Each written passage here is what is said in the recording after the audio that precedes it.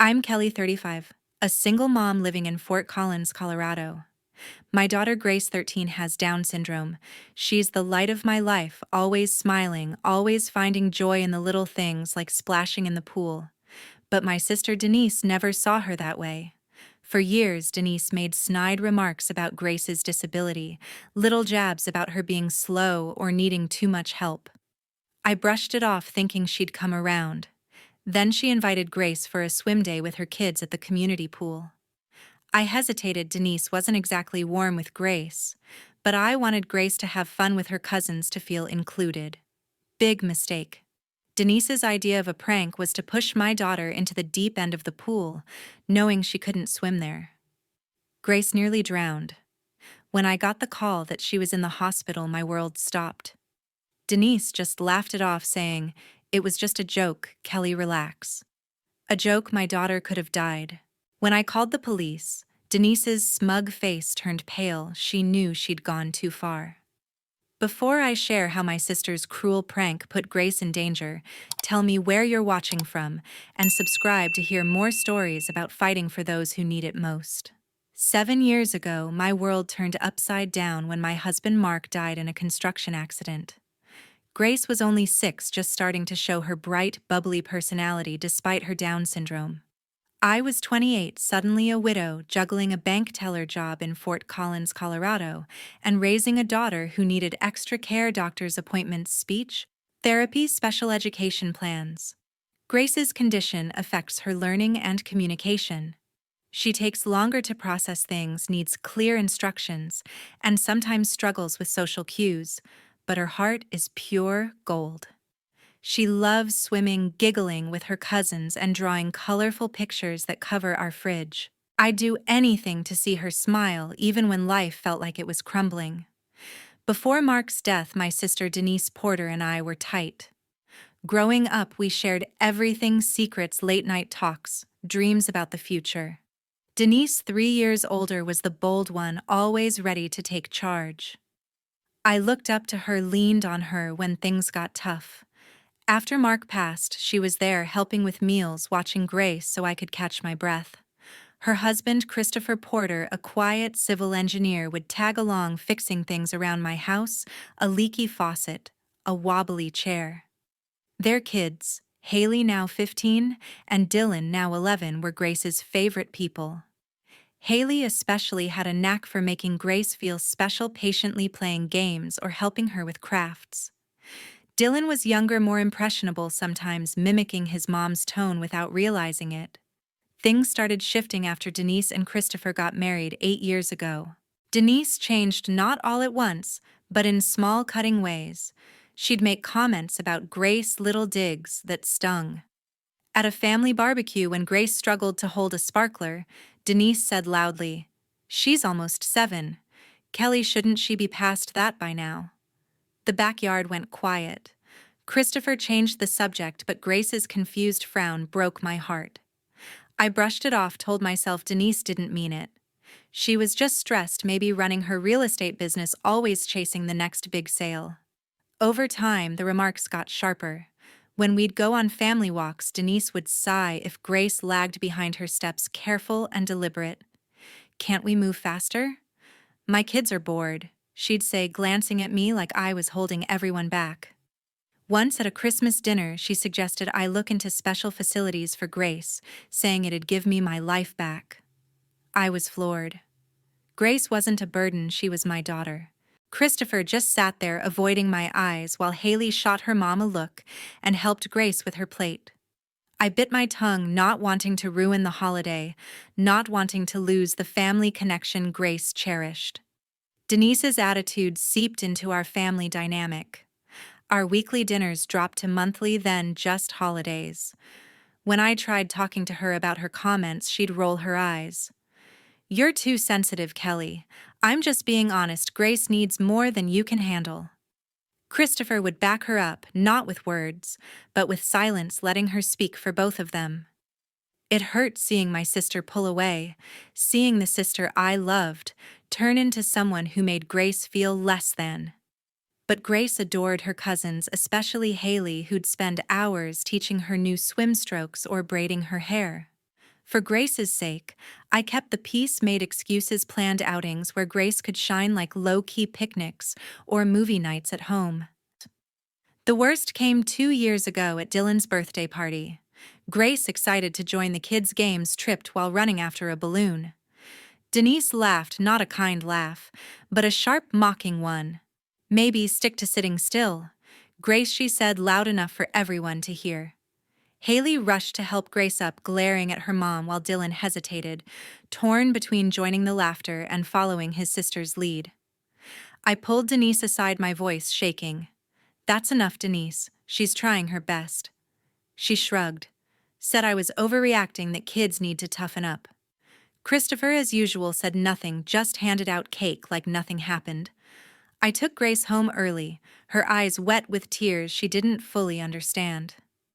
After that, I limited our time with Denise. I'd invite Haley and Dylan over without their parents, or we'd meet my parents, Susan and Thomas Watson, for Sunday brunches at their house. Mom and Dad were Grace's biggest cheerleaders, always showing up with coloring books or taking her to the park. They saw Denise's behavior but urged me to keep trying. "She's family," Kelly Mom would say. "Give her time." I wanted to believe Denise could change, that she'd see Grace for the amazing kid she was. Grace loved her aunt even when Denise didn't deserve it, always asking when we'd see Aunt Denise again. It killed me to hear, but I didn't want to cut Grace off from her family, from the cousins who made her light up. So when Denise called last month, all smiles, inviting Grace to a swim day at the community pool with Haley and Dylan, I paused. It wasn't like her to reach out. "Haley's been begging to take Grace swimming," she said. "It'll be fun, Kelly, a real family day." My gut screamed no, Denise had never shown real care for Grace's needs. But Haley got on the phone, her voice bright. "Please, Aunt Kelly, I'll watch Grace the whole time." Grace overheard and started bouncing, chanting about the pool. Against my better judgment, I said yes, hoping this was Denise turning a corner, wanting to believe family could mean something again. I prepared everything: Grace's swim gear, a medical info sheet listing her limits, like avoiding deep water where she couldn't stand. I thought I'd covered every base. I was wrong. That choice, that moment of trust, set off a chain of events I'd regret for the rest of my life. I spent the week preparing. Grace's swim bag was packed with her goggles, a towel, and a water bottle. I typed up a medical info sheet listing her Down syndrome, her limits in deep water, and emergency contacts. "No deep end," I wrote in bold. "Grace can't swim where she can't stand it. Causes panic, and she could choke." I added notes about her speech therapy exercises in case she got overwhelmed, and my phone number triple-checked. The night before, I called Denise to go over everything. "Grace needs to stay in the shallow end," I said, reading from the sheet. "If she gets scared, help her sit down and breathe slowly. She'll show you how. Her inhaler's in her bag if she starts coughing." Denise cut me off, her tone impatient. "Kelly, I've got this. I've raised 2 kids, you know. We're not going deep sea diving." I pressed on. "Please, Denise, no deep water. It's not safe for her." She sighed like I was being dramatic. "Fine, shallow end only. Relax, we'll have fun." Christopher promised to be there too, which gave me some comfort. He wasn't hands-on like Haley, but he'd keep an eye out, or so I hoped. Haley texted me that night, bubbling with plans. "We'll do the kiddie slides. Aunt Kelly, Grace loves those." Her enthusiasm eased my nerves, but a knot still sat in my stomach. Grace was so excited she barely slept, laying out her swimsuit and flip-flops before bed. "Can I bring my floaties?" she asked, her voice bright. "Sure, sweetheart," I said, tucking her in. "Just stay with Haley and Aunt Denise, okay? If you feel scared, tell them right away." She nodded, reciting my phone number like a mantra. 555-2381, she said proudly. I kissed her forehead, trying to ignore the unease creeping up my spine. Saturday morning, Denise's SUV pulled into our driveway at 9 sharp. Grace was ready, her backpack slung over her shoulder, her smile wide enough to light up the street. Haley hopped out to help Grace into the back seat, buckling her in carefully. Dylan waved from the window, already playing on his phone. Denise stayed behind the wheel, barely glancing at me. "We're running late, Kelly," she called through the open window. Gotta beat the weekend crowd. I handed her the medical info sheet. Please read this, Denise, I said, holding her gaze. No deep water, no exceptions. Call me if anything feels off. She took the folder, tossing it onto the passenger seat without a look. Got it. We'll be back by 6. Haley leaned out, her voice reassuring. I'll watch her, Aunt Kelly. Grace gave me a thumbs up, her face pure joy. I waved as they pulled away, standing in the driveway, fighting the urge to call them back. The morning dragged. I tried focusing on work, balancing accounts for the bank, but kept checking my phone. Denise sent a few texts early on. At 10:30 at the pool, lines are short. At 11:15, Grace is splashing around having a blast. By noon, she texted lunch at the snack bar. All good. The updates were brief, but they calmed me. Cheryl was there coaching a swim class, so I figured she'd keep an eye out too. I texted her to confirm. Grace is with Haley in the shallow end, Cheryl replied. She's smiling like crazy. I exhaled, telling myself I was overthinking. Grace deserved a fun day, a chance to be a kid with her cousins. Still, I couldn't shake the feeling something wasn't right. By 2 o'clock, the texts stopped. I called Denise straight to voicemail. I tried Haley, then Dylan. Nothing. My stomach churned. Pools are loud, I reasoned, phones get tucked away. But my mother's intuition, honed by years of watching Grace's every step, screamed danger. At 3:20, Cheryl texted Kelly, call me now. My heart sank. I dialed, hands shaking.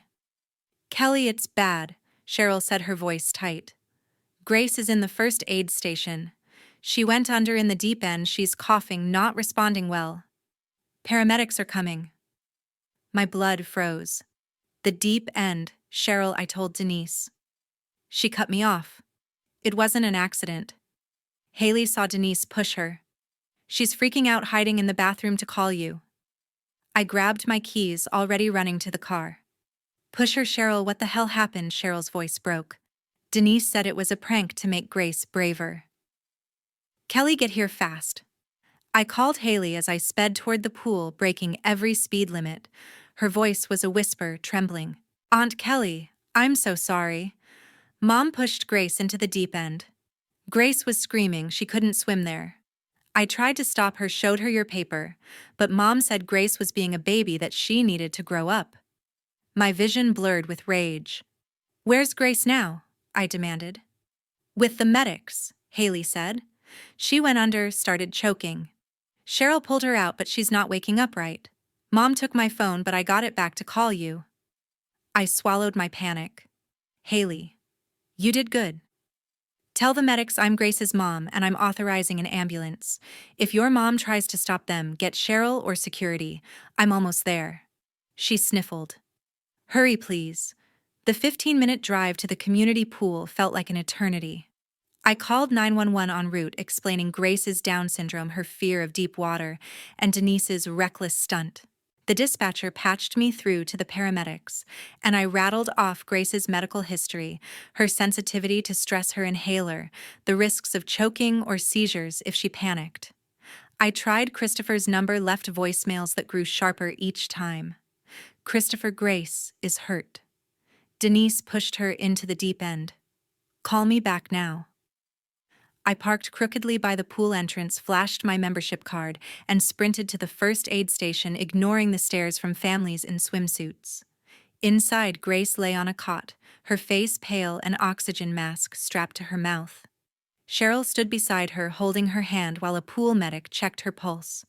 Haley hovered nearby, tears streaming down her face. Dylan sat in a corner, clutching his phone, looking scared and small. Kelly, Cheryl said, rushing to me, she's stable, but her breathing's rough. The paramedics are almost here. I dropped to my knees beside Grace, my hands trembling as I touched her cold cheek. Sweetheart, I'm here. I whispered, my voice breaking. Her eyes were closed, her chest rising unevenly. The medic glanced up. She inhaled water, ma'am. We're monitoring for secondary drowning. Her lungs are stressed. Secondary drowning. My mind raced, picturing Grace's terrified face under the water. Denise stood by the door, arms crossed, her expression a mix of defiance and unease. "Kelly, thank God you're here," she said, stepping forward. It was just a little push-a-joke to get her over her fear. "She's fine. Just shaken." I whirled on her fury, drowning my fear. "A joke, Denise. You pushed my daughter into water she can't handle. She's in an oxygen mask." Denise flinched but doubled down. "You're blowing this out of proportion. Kids need to face their fears." I was helping her. Haley stepped forward, her voice shaking but firm. "That's a lie, Mom." Grace said no. "I showed you Aunt Kelly's sheet. You laughed, said she was too coddled." Denise's eyes narrowed. "Haley, stay out of this. You're making it worse." The medic interrupted. "Ma'am, your daughter's showing signs of acute respiratory distress, likely from the stress and water inhalation. This isn't minor." I turned to him, my voice steady despite the panic. "She has Down syndrome. Deep water can trigger panic attacks, even seizures." I gave Denise a sheet saying exactly that. The medic nodded, jotting notes. "The paramedics will take her to the hospital for observation." Denise scoffed. "Hospital for a little water. This is ridiculous." I ignored her, focusing on Grace as the paramedics arrived, their radios crackling. They checked her vitals, hooked up a portable monitor, and lifted her onto a stretcher. "I'm going with her," I said, grabbing my purse. I turned to Haley. "Thank you for calling me. You probably saved her life." Haley nodded, tears spilling over. "I'm sorry, Aunt Kelly. I should have stopped her." As the paramedics wheeled Grace out, Denise followed, her voice rising. "Kelly, you can't seriously think this is my fault. It was supposed to be fun." I didn't look back, my focus on Grace's shallow breaths. In the ambulance, I held her hand, the monitors beeping steadily. A paramedic asked about the incident. "My sister pushed her into the deep end," I said, my voice flat. I gave her a medical sheet saying no deep water. Grace can't swim there, it's not safe with her Down syndrome. Denise called it a prank. The paramedic's jaw tightened. "Ma'am, we're required to report suspected child endangerment." I nodded, a cold resolve settling in. "Do it." This wasn't an accident. She knew what she was doing. As the ambulance sped toward the hospital, I realized this wasn't just a mistake. Denise had crossed a line that couldn't be undone, and I was done making excuses for her. The hospital's emergency room was chaos, nurses, rushing monitors, beeping, the sharp smell of antiseptic hitting me like a wave. I pushed through the double doors, my heart pounding, and found Grace in a curtained bay, hooked up to an oxygen mask, her small frame dwarfed by the hospital bed. A Dr. Susan Hayes was checking her chart, her face calm but serious. Cheryl stood nearby, her swim coach uniform still damp, her eyes red from holding back tears. Haley hovered by Grace's side, clutching her cousin's hand, her face streaked with guilt and fear. Dylan sat on a plastic chair, staring at the floor, his knees pulled up tight. Denise was by the window, her arms crossed, her expression a mix of annoyance and forced concern. Christopher hadn't arrived yet. My voicemails to him were still unanswered. "Kelly," Cheryl said, rushing to me, her voice low. "Grace is stable, but her lungs took a hit. They're watching for fluid buildup, it could get worse." I dropped beside Grace, my hands shaking as I touched her cheek, cold under the oxygen mask. "Sweetheart, I'm here." I whispered, my throat tight. Her eyes fluttered but stayed closed, her breath shallow and ragged. Dr. Hayes glanced up. "Ms. Watson, your daughter inhaled a lot of water, likely from panic in the deep end. Her Down syndrome makes her more prone to respiratory distress under stress. We've given her oxygen and medication to ease her breathing, but she'll need monitoring for at least 24 hours. I nodded, barely processing, my eyes fixed on Grace's pale face. "Is she going to be okay?" I asked, my voice barely steady. "We're optimistic," Dr. Hayes said, "but we need to watch for secondary drowning or seizures given her medical history." Denise stepped forward, her voice cutting through the haze. "Kelly, thank God you're here. This is all being blown way out of proportion. It was just a little push, a prank to help Grace get over her fear of deep water." She's fine, just being dramatic. My blood boiled, but I kept my eyes on Grace, counting her breaths to stay grounded. Dramatic, I said, my voice low, dangerous. Denise, you pushed my daughter into water she can't swim in. She's in a hospital bed fighting to breathe. You call that a prank? Denise flinched, her confidence wavering, but she doubled down. You're overreacting, Kelly. Kids need to face their fears. I was doing her a favor.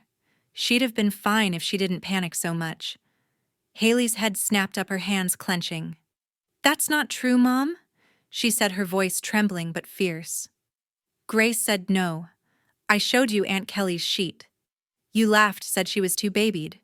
You knew she couldn't swim there. Denise's face hardened. Haley, be quiet. You're making this worse, you don't understand. I turned to my sister, fury drowning out the hospital noise. Don't you dare silence her, Denise. Haley's telling the truth, isn't she? You ignored my instructions, ignored Grace's pleas, and pushed her into danger. Denise rolled her eyes, but her hands shook slightly. Kelly, you're turning this into some big conspiracy. It was a split-second decision. I thought she'd be okay when she tried it. You coddle her too much. Always have. Cheryl stepped in, her voice sharp. Denise, I saw it happen. Grace was screaming, flailing in the deep end. You didn't even move to help. I had to jump in. That's not a prank, that's reckless. Denise shot Cheryl a glare. Stay out of this, Cheryl. You're not family. Dr. Hayes interrupted, her tone firm. Ms. Watson, I need to know exactly what happened to assess Grace's condition fully. I pulled out my phone, showing her a digital copy of the medical info sheet. I gave Denise this, I said, my voice steady despite the rage. It says, no deep water. Grace's Down syndrome makes it dangerous. She can panic, choke, or seize. Denise knew this, and Grace told her no. Haley showed her the sheet too. Dr. Hayes scanned the document, her expression darkening. This is clear as day, she said. Pushing a child with these limitations into deep water is extremely dangerous. Denise scoffed louder this time. Dangerous? She's 13, not a toddler. I was trying to help her grow up, not hurt her. Haley stood, her voice breaking. Mom, stop lying. Grace was crying, begging you not to make her go near the deep end. You said Aunt Kelly was too soft, that Grace needed to act normal. You pushed her and she went under. Dylan looked up, his eyes wide, torn between his mom and his sister. Is that true, Mom? He asked, his voice small. Denise whirled on him. Dylan, stay out of it. This is adult stuff. I stepped closer, my voice shaking with rage. Denise, you didn't just ignore my rules. You ignored Grace, a child who trusted you. She could have died. Do you get that? Denise's face paled, but she held her ground. She didn't die, Kelly. You're making me the villain here, but I was trying to include her, make her part of the family. The paramedic's words in the ambulance echoed in my head, suspected child endangerment. I pulled out my phone, my hands steady, now fueled by a cold determination. You're not getting away with this, Denise, I said, dialing 911 again. Her eyes widened. What are you doing? I ignored her, speaking clearly to the dispatcher. I'm at Fort Collins General ER. My sister Denise Porter deliberately pushed my 13-year-old daughter, who has Down syndrome, into the deep end of a pool, knowing she couldn't swim there. Grace is in the hospital with respiratory distress. I'm reporting this as child endangerment. Denise's jaw dropped, her smugness gone. Kelly, you can't be serious. You're calling the cops on me. Over a pool prank. I kept my eyes on Grace, ignoring her. The dispatcher promised officers would arrive soon. Cheryl pulled me aside, her voice low. Kelly, I got the pool's security footage from my boss, Tom Bradley. It shows everything: Denise pushing Grace, Grace struggling, me jumping in. I'll give it to the police. I nodded, gratitude mixing with my anger. Thank you, Cheryl.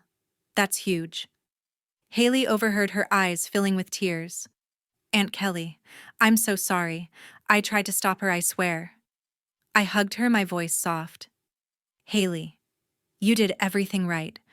Calling me saved Grace. You're a hero. She shook her head, sobbing. I should have grabbed her sooner. I held her tighter. This isn't your fault, honey. It's your mom's. 2 police officers arrived. Officer Diane Larson, a no-nonsense woman with sharp eyes, and Officer Mark Reynolds, younger but calm. They introduced themselves, pulling out notebooks. Ms. Watson. Officer Larson said we got your call about a child endangerment incident. Can you walk us through it? I recounted everything: the medical info sheet, Grace's Down syndrome, Denise's promise to stay in the shallow end, her deliberate push into deep water, Grace's near drowning, and Haley's call. I showed them the digital sheet on my phone. Denise knew the risks, I said. Grace told her no. Haley showed her my instructions, and she still pushed her. Officer Reynolds glanced at Grace, still unconscious, and frowned. This is serious. We'll need statements from everyone involved. Officer Larson turned to Denise, who was pacing now, her face flushed. Ms. Porter, we need your side of the story. Denise straightened, her voice dripping with fake concern. Officers? This is a huge misunderstanding. I took my niece swimming to include her, make her feel normal. I gave her a little nudge into the deep end to help her face her fears. Kids need that sometimes. I didn't know she'd react like this. Haley's voice cut through, sharp and angry. That's not what happened. Grace was screaming. She couldn't swim there. You laughed at her. Mom said she was embarrassing you. Denise spun on her daughter, her voice venomous. Haley, enough. You're twisting this to make me look bad. Officer Reynolds stepped in. Young lady, we'll take your statement too. Don't be afraid to tell the truth. Cheryl spoke up, her tone steady. Officers, I'm Cheryl Adams, the swim coach. I saw Denise push Grace into the deep end. Grace was panicking, couldn't stay afloat. I pulled her out myself. The pool's security footage backs this up. I've got it ready for you. Officer Larson nodded, jotting notes. That's helpful, Ms. Adams. We'll review the footage. Denise's face drained of color, her hands fidgeting. Footage. You're making this sound like I tried to hurt her. It was just a stupid mistake. I turned to her.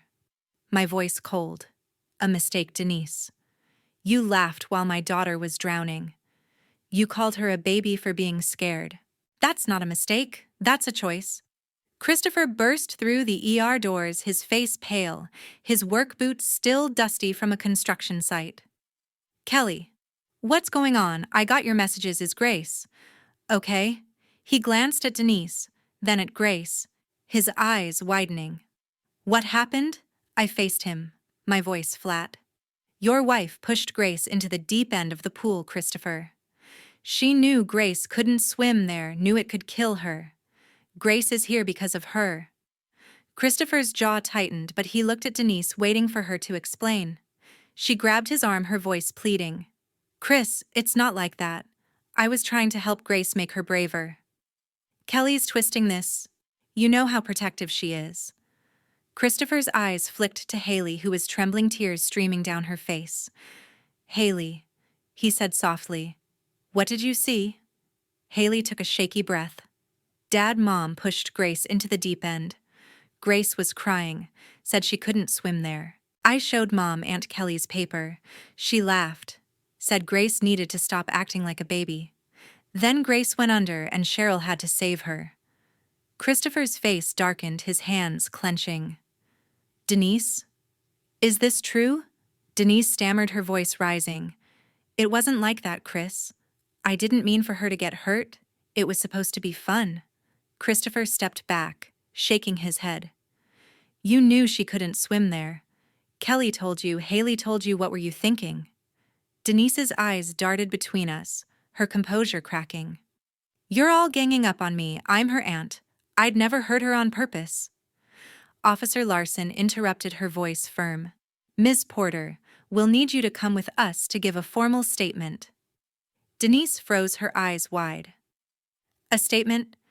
You're treating me like a criminal over a pool game. Officer Reynolds nodded. Given the allegations and the child's condition, we need to investigate. Let's keep this calm. As they led Denise to a private area, she shot me a look. Part shock, part fury. "Kelly, you're destroying our family over this," she hissed. I didn't respond, my focus back on Grace, whose breathing seemed slightly steadier. Dr. Hayes returned, updating me. "Her oxygen levels are improving, but we're keeping her in ICU overnight. You can stay with her." I sat by Grace's bed, holding her hand, the weight of the day crashing over me. Haley curled up in a chair nearby, her eyes red. "Aunt Kelly," she whispered. "Is Grace going to be okay?" I forced a smile, my voice soft. "She's a fighter, Haley. The doctors are taking care of her." Christopher approached, his face haggard. "Kelly, I don't know what to say. I should have been there. I didn't know Denise would—" He trailed off, glancing at Haley. "I'm sorry." I looked at him, my voice firm. "Christopher, your wife crossed a line. I'm not letting this slide. Grace deserves better." He nodded, his eyes on Grace, a mix of guilt and anger flickering across his face. As the officers returned to take Haley's and Cheryl's statements, I knew this was just the beginning.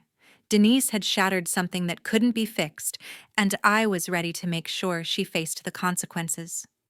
Grace stayed in the ICU for 2 days, her small body fighting to clear the water from her lungs.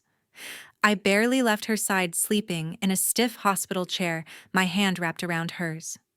Her oxygen mask came off on the second day, and her eyes fluttered open, her voice weak but clear. "Mom, I was so scared," she whispered, tears pooling. I hugged her gently, careful of the monitors. "I know, sweetheart," I said, my voice cracking. "You're safe now, I've got you." Her nightmares started that night, thrashing, crying out about water closing over her head.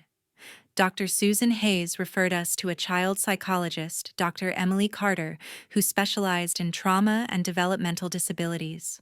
"Grace is showing signs of post-traumatic stress," Dr. Carter explained after their first session. "The betrayal by a trusted family member combined with the physical trauma hit her hard. She'll need regular therapy to process this." Denise's actions didn't just hurt Grace, they shattered our family. The police investigation moved fast. Officer Diane Larson called me the day after Grace's admission, updating me on the case. "We've reviewed the pool's security footage," she said, her voice grim. "It clearly shows Denise pushing Grace into the deep end despite Grace's protests and Haley's attempts to intervene. We've got statements from Haley, Cheryl, and pool staff who heard Grace screaming. The DA is pursuing charges of child endangerment." I exhaled, a mix of relief and dread. "What happens next?" I asked. "Denise will be formally charged," Officer Larson replied. "Given the evidence and Grace's condition, it's being treated as a misdemeanor, but the judge could impose strict conditions, probation, education programs, maybe community service." I nodded, my resolve firm. I want her to face the consequences. Grace deserves that. Christopher came to the hospital that evening looking like he hadn't slept. Haley and Dylan trailed behind Haley, clutching a stuffed dolphin she'd bought for Grace. "Kelly," Christopher said, his voice heavy. "I saw the footage. I can't believe Denise did this. I keep replaying it, thinking I should have seen it coming." I looked at him, my anger softening slightly. "Christopher, you weren't there. But you need to decide where you stand now." He glanced at Haley, who was sitting with Grace, showing her the dolphin. "I'm filing for legal separation," he said quietly. "I can't stay with someone who'd hurt Grace like that, who'd lie about it. Haley and Dylan deserve better. So does Grace." I was stunned. Christopher had always been quiet, letting Denise lead. "What about the kids?" I asked. "I want them with me," he said. "I'm looking at apartments near you so they can stay close to Grace." Denise was released on bail pending her hearing, but the family fallout was immediate. My parents, Susan and Thomas Watson, drove up from Denver the day Grace was discharged. Mom burst into tears when she saw Grace, her usually bright face pale and tired. "My sweet girl," she said, hugging her gently. Dad pulled me aside, his jaw tight. "Kelly, what Denise did is unforgivable." "How's the case going?" I filled him in the charges, the footage, the DA's stance. He nodded, his voice low. "Good. She needs to face the music." but later, over coffee in the hospital cafeteria, Mom's tone shifted. "Kelly, are you sure about pressing charges? She's your sister. This could tear the family apart forever." I set my cup down, my voice steady. "Mom, Denise nearly killed Grace. Family doesn't mean letting that slide." Dad backed me up. "Susan Kelly's right. Denise crossed a line, we can't pretend otherwise." The pressure didn't stop there. My Aunt Linda called, her voice pleading. "Kelly, think about Denise's kids. A trial will hurt Haley and Dylan. Can't you settle this privately?" My cousin Mark texted, urging forgiveness. "People make mistakes, Kelly. Don't ruin Denise's life over one bad call." Each message chipped away at me, but I held firm. This wasn't about revenge, it was about accountability, about protecting Grace from ever feeling that helpless again. I blocked Linda's number after her third call. My patience gone. Haley overheard me arguing with Mom and hugged me tight. "Aunt Kelly, don't listen to them," she said. Mom was wrong, I saw it. Grace didn't deserve that. Her support so fierce for a 15-year-old kept me going. Denise's preliminary hearing was set for early November. The DA offered a plea deal. Denise would plead guilty to a reduced charge of misdemeanor child endangerment, avoiding jail time. In exchange, she'd get 2 years of probation, 100 hours of community service with a disability advocacy group, and mandatory education on developmental disabilities. I discussed it with Dr. Carter and my parents. "A trial could be tough on Grace," Dr. Carter said. "She'd likely have to testify, which could re-trigger her trauma." Mom agreed, her voice soft. "Kelly, you've made your point. Denise is paying a price. Maybe this is enough?" I wasn't sure. Part of me wanted Denise in court facing a judge's gavel, but Grace's nightmares were getting worse. And I didn't want her reliving that day in public. I agreed to the plea with one condition: a restraining order keeping Denise away from Grace. The judge accepted the deal, issuing the restraining order. Denise couldn't come within 100 yards of Grace or contact her for 2 years. Denise sat in the courtroom, her usual confidence gone, her eyes avoiding mine. Haley and Dylan weren't there. Christopher had taken them to stay with his parents, shielding them from the drama. After the hearing, Denise's lawyer approached me, asking for a private meeting. I refused. "There's nothing left to say," I told him. "She made her choice when she pushed my daughter." As I walked out, I heard Denise's voice, low and shaky, talking to her lawyer. "This is going to ruin me," she said. I kept walking, my focus on Grace, who was waiting at home with Cheryl. Grace's recovery was slow. Physically, her lungs were healing, but Dr. Carter warned the trauma could linger. "She's afraid of water now," I told Cheryl one night watching Grace draw at the kitchen table. "She won't even take baths, only showers, and even then she's jumpy." Cheryl nodded, her face grim. "I'm still kicking myself for not stopping Denise sooner." I squeezed her hand. "Cheryl, you saved her life. Don't carry that guilt." Grace's therapy sessions helped, using art to express her fear. One drawing showed a dark blue wave, a stick figure girl sinking. "That's me," she said, quietly, pointing. My heart broke, but I stayed strong for her. "You're here now, honey," I said, hugging her. "And I'm never letting that happen again." Christopher followed through on his separation, renting an apartment 10 minutes from my house. Haley and Dylan started spending weekends with me and Grace, rebuilding their cousin bond. Haley was Grace's shadow, helping with her therapy exercises or reading her favorite books. Dylan was quieter, struggling with his mom's actions. "Is Mom bad?" he asked me one day, his voice small. I chose my words carefully. "Dylan, your mom made a bad choice, but that doesn't mean she's all bad. You're not to blame for this, okay?" He nodded, but his eyes stayed distant. Christopher joined us for a family meeting with Dr. Carter, learning how to support Grace's recovery. "I've been blind," he admitted, his voice rough.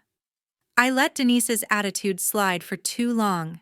The family we had left was fractured, but stronger in its own way." My parents stopped pushing for reconciliation, focusing on Grace's healing. Mom spent hours baking cookies with her, while Dad took her to adaptive swim classes, shallow water only with Cheryl coaching. Haley's courage inspired me. She'd stood up to her mom, risking everything to protect Grace. "Your family, Haley," I told her one night, tucking her into the guest bed. "You always will be." She smiled, her eyes tired but warm. "I love Grace, Aunt Kelly. I'm glad you fought for her." As I turned off the light, I realized our family wasn't what it used to be. It was smaller, rawer, but built on truth, not excuses. Denise's actions had torn us apart, but they'd also shown me who really mattered. 3 months after the pool incident, Grace and I found a new rhythm, one built on healing and hope. Her nightmares about drowning eased thanks to weekly sessions with Dr. Emily Carter, who used art therapy to help Grace process her fear. One afternoon, Grace showed me a drawing, a bright pool with her swimming in the shallow end, Cheryl nearby with a big smile. "I'm not scared anymore, Mom," she said, her voice steady.